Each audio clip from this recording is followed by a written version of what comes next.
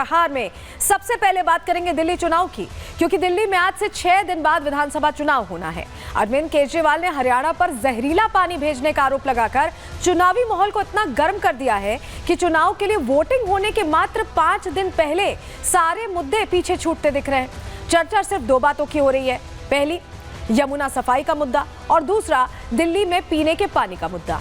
ऐसे में यमुना के पानी में जहर वाला बयान जो दिया गया है वो सब पर भारी पड़ता दिख रहा है।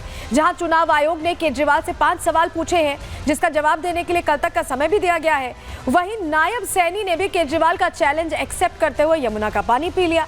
तो आप नेता और कार्यकर्ता भी खुद को कम न दिखाते हुए सड़कों पर यमुना के पानी वाली बोतल लेकर घूम रहे हैं। इससे पहले ओवैसी ने भी केजरीवाल को घेरा और अब तो पुराने सहयोगी राहुल ने भी केजरीवाल को चुनौती दे डाली है। क्या चुनौती दी है, क्या चैलेंज दिया है, बताएंगे आपको। साथ ही दिल्ली की दिन भर की चुनावी हलचल भी दिखाएंगे। दूसरी खबर महाकुंभ से जुड़ी है। महाकुंभ में हादसे के बाद नए तरीके से रणनीति बनाते हुए श्रद्धालुओं के लिए व्यवस्थाएं की जा रही हैं। बसंत पंचमी को लेकर आस्था का सैलाब उमड़ने वाला है। कुंभ की रौनक और रंगत में कोई कमी न दिख रही है और आज भी महाकुंभ में श्रद्धालुओं का तांता लगा हुआ है। अगले स्नान का खास ख्याल रखते हुए कई कदम उठाए गए हैं, इस पर भी आपको अपडेट देंगे। और आखिर में बात करेंगे महाराष्ट्र की, जहां बुर्के पर एक बार फिर से बहस छिड़ गई है। बीजेपी नेता और महाराष्ट्र के मंत्री नितेश राणे ने परीक्षाओं में बुर्के पर प्रतिबंध लगाने की मांग की है। उन्होंने इसे पारदर्शिता और नकल रोकने के लिए जरूरी बताया। इसके लिए शिक्षा मंत्री को बाकायदा एक पत्र भी लिखा है, लेकिन अभी तक सरकार ने कोई फैसला तो नहीं लिया।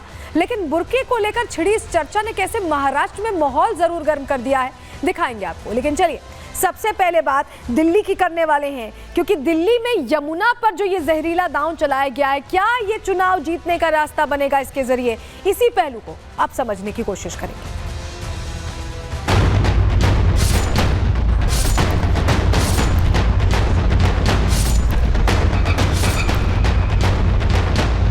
दिल्ली के लोगों को जहरीला पानी भेज के उनकी जिंदगी के साथ खिलवाड़ करना चाहते हैं।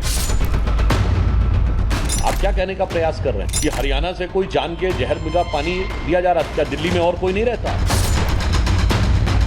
वाटर रिसोर्स अथॉरिटी है, उसने यहाँ के सैंपल लिए हैं, सैंपल थे उसमें कहीं कोई जहर की मात्रा नहीं है।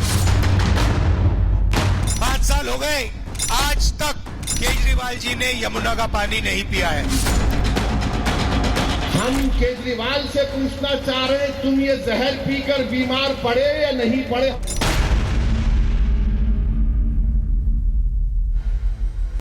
तो यमुना को लेकर जो चल रही राजनीति उस पर हम बात करेंगे, लेकिन इससे पहले बड़ी खबर दर्शकों को बता दें, जहां बताएं भगवंत मान के घर पर इलेक्शन कमीशन की रेड पड़ी है। ये जानकारी मिल रही है पंजाब की सीएम भगवंत मान के घर पर, जो दिल्ली आवास है उनका, वहां पर इलेक्शन कमीशन की रेड पड़ी है। ये बड़ा अपडेट आपको दे रहे हैं। चुनाव आयोग ने छापा मारा है। देखिए दिल्ली में चुनाव है और ऐसे में हर लिहाज से चुनाव आयोग यहां सतर्क है। बताया जा रहा है कि कपूरथला हाउस में इलेक्शन कमीशन की ये रेड पड़ी है। ये बड़ी जानकारी मिल रही है। ये जानकारी आम आदमी पार्टी के हवाले से है। ये दावा आम आदमी पार्टी का है कि इलेक्शन कमीशन ने रेड डाली है, कपूरथला हाउस में तलाशी ली जा रही है। ये बड़ी खबर आपको बता रहे हैं पंजाब के सीएम भगवंत मान का जो दिल्ली आवास है। और हमारे सहयोगी जतिन हमारे साथ सीधे जुड़ रहे हैं। जतिन, क्या जानकारी?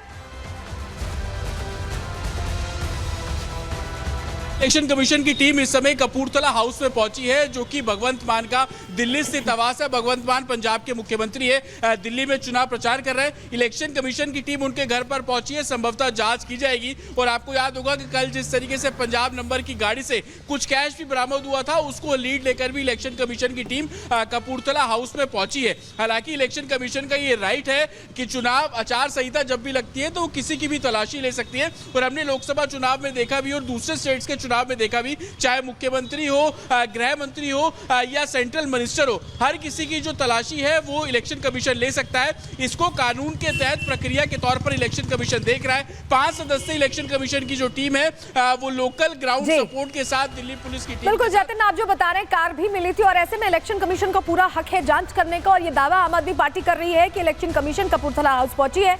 ये कार का क्या कनेक्शन है, ये डिटेल में हम आगे प्रहार में बताने वाले हैं। बहुत शुक्रिया आपका जतिन, जुड़ने के लिए, जानकारी देने के लिए। लेकिन चलिए सबसे पहले बात अब हम करने वाले यमुना की, क्योंकि यमुना का जो मुद्दा है वो पिछले कुछ दिनों में, देखिए 6 दिन बचे हैं यहाँ दिल्ली इलेक्शंस में, लेकिन उससे पहले यमुना और साफ पानी का मुद्दा, पीने के पानी का मुद्दा लगातार गर्माता दिखाई दे रहा है। यहाँ आरोप पहले लग रहे हैं अरविंद केजरीवाल पर। पहले उन्होंने माफी वाला दांव चला, उन्होंने माफी मांगी, कहा कि वो जो प्लान था उनका वो एग्जीक्यूट नहीं कर पाए, यमुना साफ नहीं कर पाए। लेकिन उन्होंने आरोप वाला दांव जैसे ही चला वैसे ही बाकी तमाम पार्टियां उन्हें घेरने में लग गई। सबसे पहले बीजेपी रण में उतरी क्योंकि हरियाणा का नाम आया, हरियाणा में बीजेपी की सरकार है और ऐसे में बीजेपी ने प्रश्न पूछे और अब तो राहुल गांधी और असदुद्दीन ओवैसी भी प्रश्न पूछ रहे हैं अरविंद केजरीवाल से। तो ऐसे में क्या ये जो आरोप वाली राजनीति है अरविंद केजरीवाल की, खुद को सच्चा दिखाने वाली जो राजनीति है, वो फायदा नहीं नुकसान पहुंचाने वाली है? इस पहलू को जरा हम समझेंगे, लेकिन पहले जरा आपको बताते हैं कि यमुना को लेकर माहौल कैसे गर्म हो गया है। क्योंकि यमुना पर पहले माफी और उसके बाद यह आरोप लगाना कि यमुना में जहर मिलाया गया है, जल आतंकवाद का आरोप लगाया गया, और उसके बाद कैसे पूरी सियासी फिजा दिल्ली की बदल गई। अब चलिए आपको ये बताने जा रहे हैं, जानकारी आपके सामने रखते हैं। दरअसल हुआ क्या है, दिल्ली में चुनावों में यमुना पर घमासान छिड़ता दिखाई दिया। आपका यह आरोप था कि यमुना में जहर मिलाया गया है, जल आतंकवाद का आरोप लगाकर बकायदा ईसी को चिट्ठी भी लिखी गई, आतिशी ने प्रश्न भी पूछे, सैनी सरकार पर जहर मिलाने का आरोप लगाया गया, यानी हरियाणा सरकार पर।